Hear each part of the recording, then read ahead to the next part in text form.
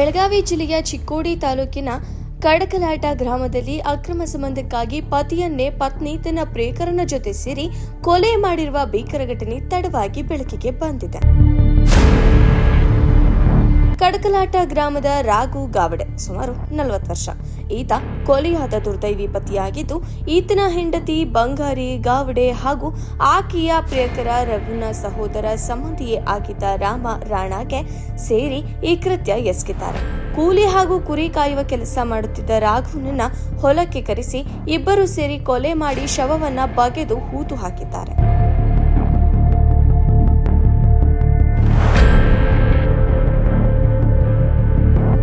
ಕೊಲೆ ಮಾಡಿದ ನಂತರ ಗಂಡು ಕುರಿ ಕಾಯಲು ಬೇರೆ ಜಿಲ್ಲೆಗೆ ಹೋಗಿದ್ದಾನೆ ಎಂದು ಚಾಲಾಕಿ ಪತ್ನಿ ಬಂಗಾರಿ ಕಳೆದ 6 ತಿಂಗಳಿನಿಂದ ಎಲ್ಲರನ್ನ ನಂಬಿಸಿಕೊಂಡು ಬಂದಿದ್ಲು.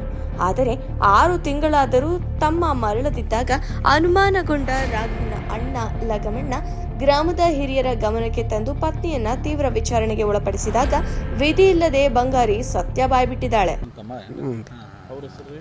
ರಾಘು ಸಿದ್ದಪ್ಪ ಗೌಡಿ. ಎಷ್ಟು ವಯಸ್ಸು ಅವ್ರಿಗೆ? ಅವ್ರು ಒಂದು 40 ವಯಸ್ಸು ಸರ್. ಈಗ ಏನಾಗಿತ್ತಿರದ ಏನಿಲ್ಲ ರೀ, ಅವರು ಹೊಲದಲ್ಲಿ ಕೆಲಸ ಮಾಡೋಕೆ ಕಬ್ಬು ಕಡಿಯೋಕೆ ಹೋಗ್ತಿದ್ರು, ಕುರಿ ಕಾಯಕ್ಕೆಲ್ಲ ಹೋಗ್ತಿದ್ರಿ ಅಂತ. ಹಿಂಗಾಗಿ ನಾವು ಮಾಡಿದ್ವಿ ರೀ. ಆಮೇಲೆ ಅವರು ಮನೆಗೆ ಯಾಕೆ ಬಂದಿಲ್ಲ ಅಂತ ನಾವು ವಿಚಾರಿಸಿದ್ವಿ ರೀ. ಅವ್ರು ಒಟ್ಟು ಏನೂ ಅವ್ನು ಹೆಂಡತಿ ಒಟ್ಟು ಮೇಮ್ಯಾಗ ತೊಗೊಳ್ರಿ. ಯಾವಾಗ ಆಗಿತ್ತು ರೀ ಘಟನೆ? ಇದು ಫೆಬ್ರವರಿದಾಗ ಆಗೈತೆ ರೀ, 8 ತಾರೀಕು. ಅವ ಹೋಗ್ತಿದ್ರಿ, ಕುರಿಯಾಗ ಹೋಗ್ತಿದ್ದ ಬರ್ತಿದ್ದ ಅಂತ ನಾವು ಮಾಡಿದ್ರಿ. ಅಂದಿಂದ ಹೊಳ್ಳಿ ಬರಲಿಲ್ಲ ರೀ. ಅವು ಬೇರೆದವ್ರಲ್ಲೇ ಕೆಲ್ಸಕ್ಕೆ ಹೋಗ್ತಿದ್ರಿ ಕುರಿ ಕಾಯಕ್ಕೆ. ಈ ಕಡೆ ಬಾಳಾರಿ ಕಡೆ ಗಂಗಾವತಿ ಕಡೆ ಎಲ್ಲ ಹೋಗ್ತಿದ್ರಿ.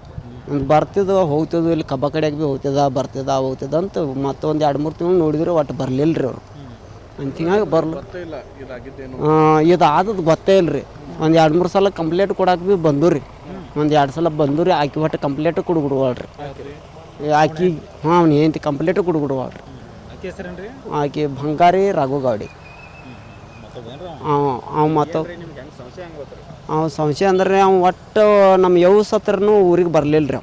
ಬರ್ಲಾಗನ ಸಂಶಯ ಕಾಡಕೈತ್ರಿ. ಹಿಂಗಾಗಿ ನಮ್ಮ ಊರನ್ನ ಮಂದಿನ ಪಂಚರೆಲ್ಲ ಕೂಡಿಸಿದ್ವಿ ರೀ. ಹಿಂಗಾಗಿ ಅವ್ರೆಲ್ಲ ಕರ್ಕೊಂಡ ಆಕಿನ ಪೊಲಿಟಿಷನ್ಗೆ ಆಕೆ ಇದ್ದಳ್ರಿ, ಇಲ್ಲೇ ಇದ್ದಾಳೆ. ದಿನ ಮನ್ಯಾಗ ಇರ್ತಾಳೆ, ಕೆಲ್ಸಕ್ಕೆ ಹೋಗೋದ ಬರೋದ, ದಿನ ಮನ್ಯಾಗ ಇದ್ದಾಳ್ರಿ. ಅವ ಹೋಗೋದ ಬರೋದ ಮಾಡ್ತಿದ್ರಿ ಯಾವಾಗ್ರಿ. ಆದ್ರೂ ಈಗ ಅವನ ಮ್ಯಾಲ ಸಂಶಯ ಕಾಣ್ತ್ರಿ. ಅವು ನಮ್ಮ ತಮ್ಮ ಭೀ ಬೆಡ್ಯಕ್ಕೆ ಹೋದ್ರಿ. ಹಿಂಗಾಗಿ 2 ಮಂದಿ ಕೂಡಿ ಅವ್ನು ಮುಗಿಸಿಬಿಟ್ಟಾರ. ಸತ್ಯ ಹೊರಬಿದ್ದ ತಕ್ಷಣವೇ ಸಹೋದರ ಲಗಮಣ್ಣ ಖಡಕಲಾಟ ಪೊಲೀಸ್ ಠಾಣೆಗೆ ತೆರಳಿ ದೂರು ದಾಖಲಿಸಿದ್ದಾರೆ. ಪ್ರಕರಣ ದಾಖಲಿಸಿಕೊಂಡಿರುವ ಖಡಕಲಾಟ ಠಾಣೆಯ ಪೊಲೀಸರು ಆರೋಪಿಯಾದ ಪತ್ನಿ ಬಂಗಾರಿ ಹಾಗೂ ಪ್ರಿಯಕರ ರಾಮನನ್ನ ವಶಕ್ಕೆ ಪಡೆದು ಶವ ಹೊರತೆಗೆದು ಮುಂದಿನ ಕಾನೂನು ತನಿಖೆ ಚುರುಕುಗೊಳಿಸಿದ್ದಾರೆ. ವರದಿ ಕುಮಾರ್ ಐಹೊಳೆ, ಚಿಕ್ಕೋಡಿ. ಇವತ್ತು ಮಧ್ಯಾಹ್ನ ಲಗ್ಮಣ್ಣ ಸಿದ್ದಪ್ಪ ಎಂಬುವರು ತನ್ನ ತಮ್ಮ ರಘು ಸಿದ್ದಪ್ಪ ಎಂಬುವರು ಅವರ ಹೆಂಡತಿ ಮತ್ತು ಅವ್ರ ಹೆಂಡತಿ ಜೊತೆ ಎಕ್ಸ್ಟ್ರಾ ಮ್ಯಾರಿಟಲ್ ಅಫೇರ್ ಇನ್ನೊಬ್ಬರು ಇರೋರು ಸೇರಿ ಇಬ್ಬರು ನನ್ನ ತಮ್ಮನನ್ನು ಕೊಲೆ ಮಾಡಿದ್ದಾರೆ ಅಂದರೆ ನಮ್ಮ ಊರಿನವರಿಗೆ ಹೇಳಿದ್ದಾರೆ. ಅದು ಪರವಾಗಿ ಕಾನೂನು ರೀತಿಯಲ್ಲಿ ಕ್ರಮ ಕೈಗೊಳ್ಳಬೇಕೆಂದರೆ ನಮ್ಮ ಕಡಕಲಾಟ್ ಪೊಲೀಸ್ ಸ್ಟೇಷನಲ್ಲಿ FIR ಒಂದು ದಾಖಲು ಮಾಡಿದ್ದಾರೆ. ಅದನ್ನು ವಿಚಾರಣೆಯನ್ನು ನಡೀತಾ ಇದೆ. ಈಗ ಎಲ್ಲರ ಕಡೆನ ವಿಚಾರಣೆ ಶುರು ಮಾಡಿದ್ದೀವಿ. ಇದ್ರ ಬಗ್ಗೆ ತನಿಖೆ ನಡೀತಾ ಇದೆ. ತನಿಖೆ ಸ್ವಲ್ಪ ಕ್ಲಾರಿಟಿ ಬಂದಾದ್ಮೇಲೆ ಡೀಟೇಲ್ ಆಗಿ ಮಾತಾಡ್ತೀವಿ. ಇದು ಒಂದು ಫೆಬ್ರವರಿ ತಿಂಗಳಲ್ಲಿ ಕೊಲೆ ಆಗಿರೋದಾಗಿ ತಿಳಿಸ್ತಾ ಇದ್ದಾರೆ. ಸರ್, ಅವತ್ತಿಂದ ಏನಂದ್ರೆ ಆ ವ್ಯಕ್ತಿ ಕಾಣೆಗಿದಾನಂತ ಕಂಪ್ಲೇಂಟ್ ಯಾವುದು ಕಂಪ್ಲೇಂಟ್ ಕೊಟ್ಟಿರಲ್ಲ. ಇವಾಗ ಯಾರು ಬಂದರು ಸರ್? ಯಾರು ಅವರ ಕಂಪ್ಲೇಂಟ್ ಕೊಟ್ಟರು?